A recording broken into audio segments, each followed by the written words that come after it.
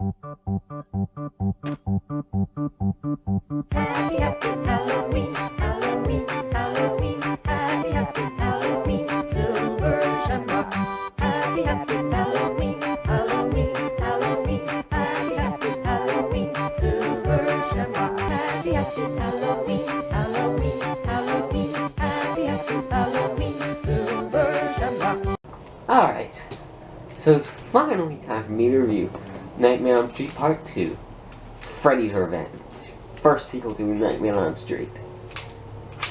Being the first sequel to Nightmare on Elm Street, not having much to do with the original, only mentioning Nancy because New Line with cinema was cheap and they didn't want to pay an actor any more money. Hell, they barely even paid Robert Englund his asking price first. But nobody could do Freddy like Freddy, so it's kinda good they paid him the money.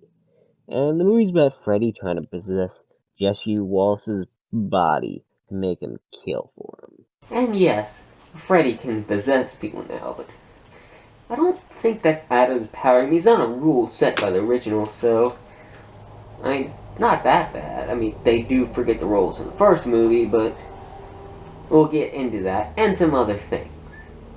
And so, let's forget those rules and get into Nightmare on Elm Street Part 2, Freddy's Revenge. And so the movie begins with the bus and the title, even though Freddy didn't lose, and this kid is even an Elm Street kid. And so we get Robert Englund driving the bus, as only 3 kids are left on it. Until... Hey driver, that was my stop! Driver, that was my stop!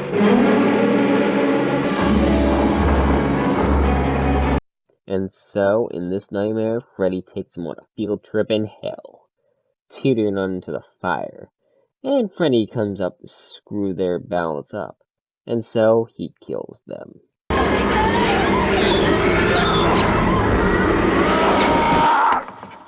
Oh, actually only the girls died. That's because Jesse was hiding behind them. Because, you know, he is the main character. He can't die just yet. And so Jesse wakes up from this nightmare, rearranging himself, of course, going down the stairs to see something that reminds him of his dreams.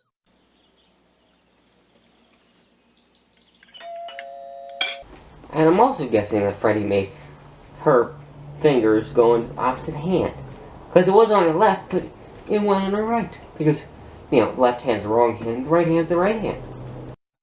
And so Jesse goes out to drive to school with Lisa, who is using him as a ride. And so we go to a baseball game with Freddy hitting his ball into Jesse's face. Until he gets him out. Heads up play, Brady. And now, I'll mention one of those things that I said in the opening that I wouldn't mention until the review. This movie was made in intention to have homoerotic undertones, which became supertones in the production. And so they are forced to zoom the position. By position, I don't mean that, I mean push-ups. Even though that coach probably would love that kind of position, but they're doing exercising, not that, which nobody wants to see that. And so they start to make a friendship, as after their shower they talk about Jesse moving in 1428 Elm Street, and that Nancy saw her boyfriend being murdered and went crazy. You're full of shit, Brady. So I'm guessing for the ending in the original Nightmare on Elm Street, it wasn't all big long dream, I guess. Freddy was just screwing with her. And see, they say that she went crazy, she's not a corpse, but that still would be retconned. And so that night, Jesse goes to get some warm milk, but he sees someone outside, and so he goes to investigate, seeing Freddy grabbing his glove, but he can't keep Freddy in there for very long. Daddy can't help you now. Ugh. I feel it's weird that they call him Daddy. Ugh. I'm sorry, in any other movie it'd be real weird, but in this, it just makes it weirder. Ugh. You've got the body. I've got the brain. Okay, that's better at least. I mean, in this movie, Freddy is at his least jokey. He's mostly serious. I mean, he still, you know, laughs and stuff, but he's not cartoonish yet.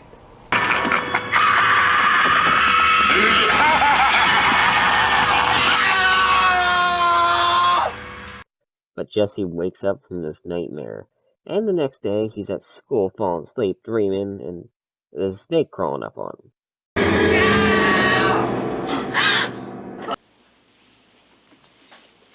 If you want to play with animals, Mr. Walsh, join the circus. And yeah, that's not a dream. Snake really was crawling on him. So, I wonder what he was dreaming about. Nah, it isn't important. And so, with Lisa, she's swimming in a swimming pool. Yeah, she's a pool, but not enough money for a car. Okay, I'm pretty positive she's just riding with Jesse to ride with him. Because, you know. Because she clearly should have enough money for a car. So Jesse goes to go, but he can't go because he has to unpack his room, but he can speed up with a montage. This is where you belong, night long. And if you really think this is a weird way to put away your clothes, it's really not. This is the real way you should put away your clothes.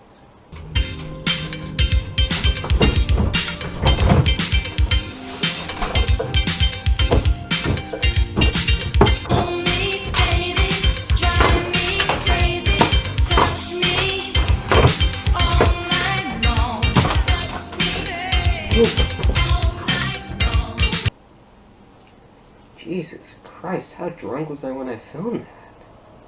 God damn.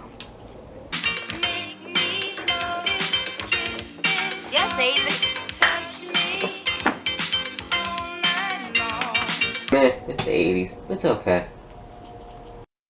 And it really was, because they don't mention it, and so she goes to help clean up, finding the diary belongs to Nancy. And to be fair with this movie, never did say Nancy didn't have a diary, but I don't find it very likely.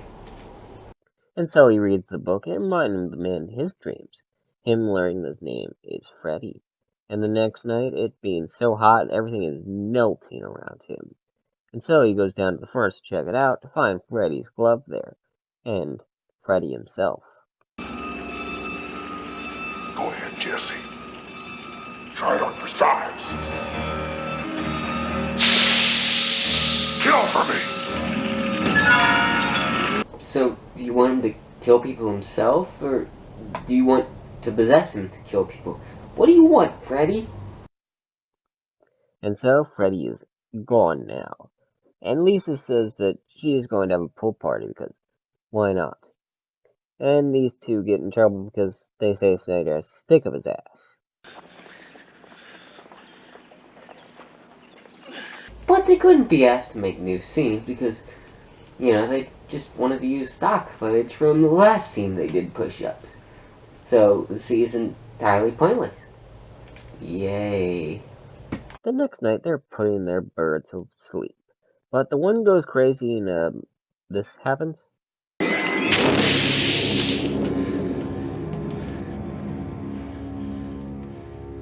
What the hell made that bird explode?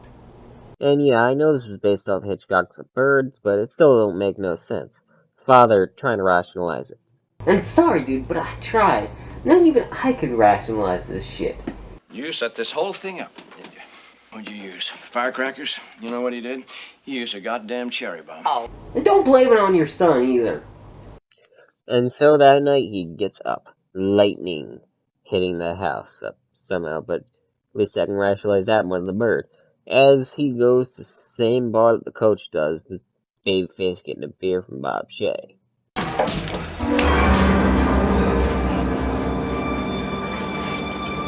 But going to the same bar as your coach, not a good idea.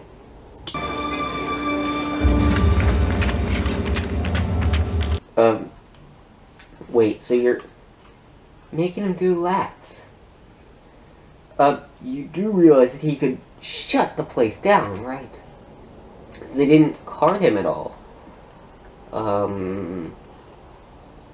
You do, Jesse, you do realize that you have the leverage, not the coach. Unless you want to walk around and do laps. But he does it anyway and goes to the shower.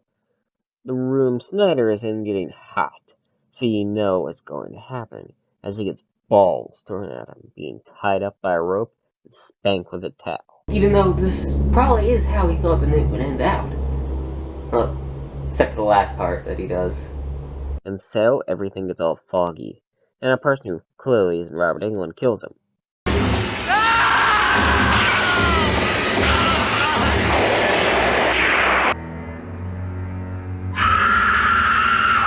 Oh, so I guess that's why it wasn't Robert Englund playing Freddy there, because it was Jesse that killed him.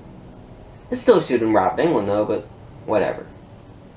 And so Jesse goes home. His parents thinking he's on drugs, his mom thinking he's in help, and his dad thinking the world needs to kick him in the ass. Which is supposed to show what happens when a kid comes out to his parents or whatever, but the problem with this, an evil force actually trying to kill him. And so he goes to school, Snyder actually being dead. And so during the night the glove is moving around, his sister wanted to join the Elm Street Girls.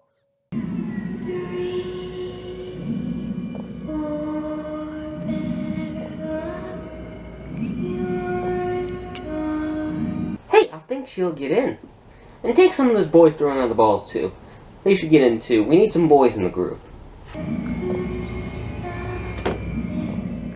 So Jesse wakes up in the morning, drinks some coffee, his dad buying the place so cheap because Nancy's mom killed herself in there. And he says that something is wrong. And so the toaster starts to burn, but the damn thing wasn't even plugged in. Oh, great. It wouldn't surprise me blaming this on his son. Dude, you better not! And he actually doesn't. So Lisa can show Jesse the old boiler room where Freddy killed most of the kids. But this place isn't important just yet, so we have to go back to the house where he wakes up his sister. Wake up, little girl. What time is it? It's late. Go back to sleep. What the hell, man? It will take him forever to fall back to sleep. Or not, she doesn't even notice the glove touching her as he needs to stop the next morning thinking he's crazy and being kinda moody, and so we go to that pool party. And since there are no parents there now, it will get hot. Or hotter at least. As Jesse is there, but he really doesn't want to be. Until him and Lisa start to make out and the party really gets hot. And for them it is too, until this happens.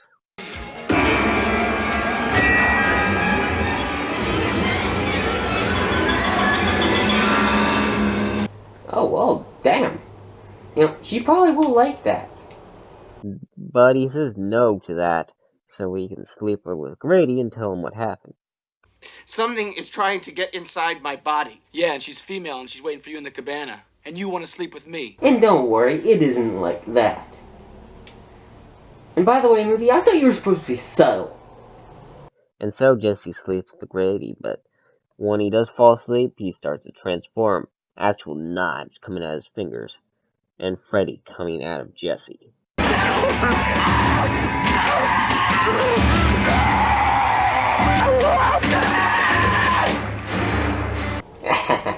Cool, I love these effects. The only problem is, the only person that's there still is Grady.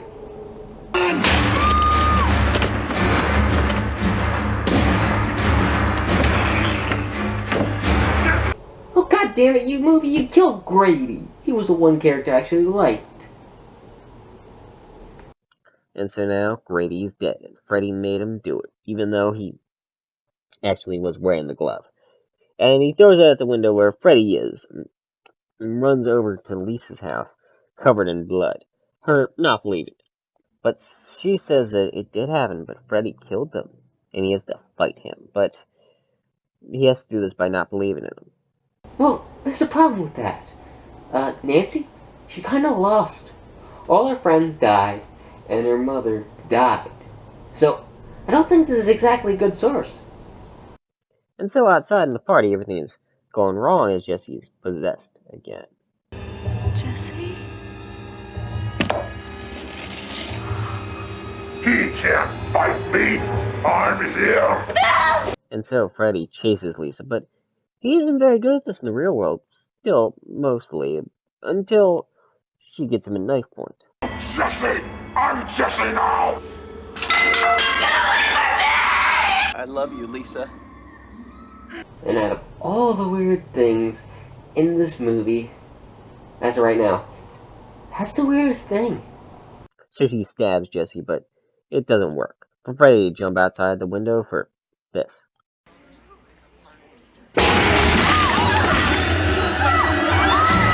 Yep, Freddy is attacking a pool party.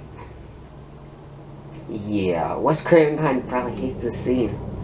But to be fair, they never said Freddy could not do this and possess somebody.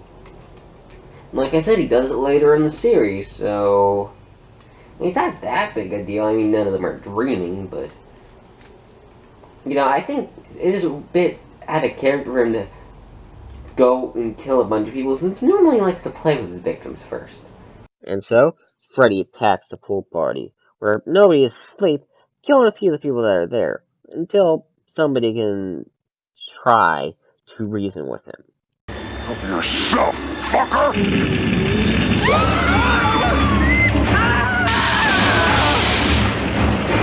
Which clearly you can't, because did you really think that was going to work on Freddy?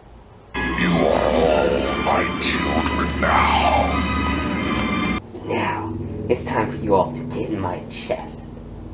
But sadly, no, he isn't able to take the kids because Lisa's dad has a shotgun, but he leaves through the fire where Lisa knows where he's going.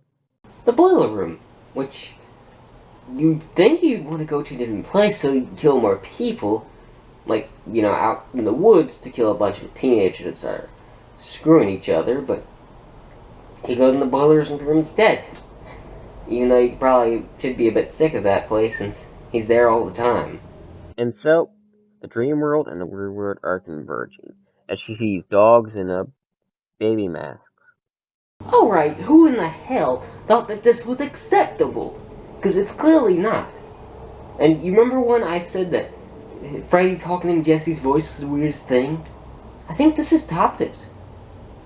And she goes inside, it's being a lot like a dream. Her seeing things as she walks through the boiler room. Till Freddy comes to see her, but Freddy can't kill her because of the power of love.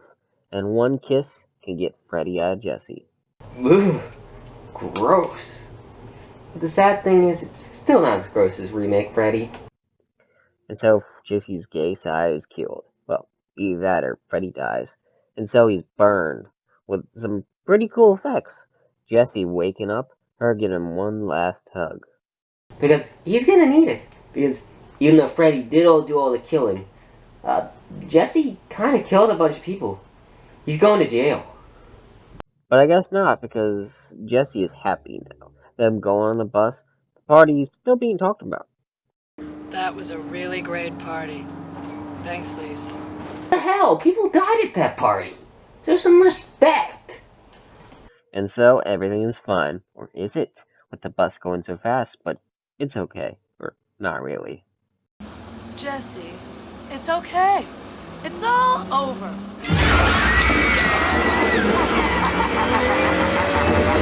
Oh, I guess not. Well, this is actually one of the reasons why people like this movie, since it ends exactly where it started. And so people think it's all one big long dream. The only problem with this, though, is that Jesse kinda isn't an Elm Street kid. Unless being in the house makes you have nightmares, which I guess could be the case, but whatever. That was A Nightmare on Elm Street 2, Freddy's Revenge, and not my favorite of the series. It does kind of screw up the rules from the first, but I still enjoy it. Yeah, I did like it, even though it kind of did screw up some rules in the first movie, but the only real rule it did break was that Jesse's an Elm Street kid. But if you ignore everything, like, that makes it not Nightmare on Elm Street, it's a good on its own. If you can enjoy it as its own thing, it's enjoyable. Because Robert Englund is always good as Freddy. Mark Patton is pretty good as Jesse. I like Terady, and Lisa, I guess she's okay. And I guess I enjoy these characters. The concept is good. Force trying to possess your body is a pretty horrifying story, but Subtext, not really good. The first thing, since his gay side's trying to kill everyone and everyone he loves, and by the end he gets a girlfriend, it's not very well done at the end. I mean, at the beginning it's fine, but I still think this movie is enjoyable with mostly good effects, decent characters, great villain, and an enjoyable movie overall, which gives Nightmare on Elm Street 2, Freddy's Revenge, a 3 out of 5. And even though it isn't my favorite sequel in the franchise, I still enjoyed it enough. And so, next week for Slasher Month, we'll be looking at another movie for the Halloween franchise. Which one? I'll give you a hint. It's having its 30th anniversary this year. That should be good enough of a hint. See y'all. Bye. Happy, happy Halloween, Halloween, Halloween, happy, happy Halloween.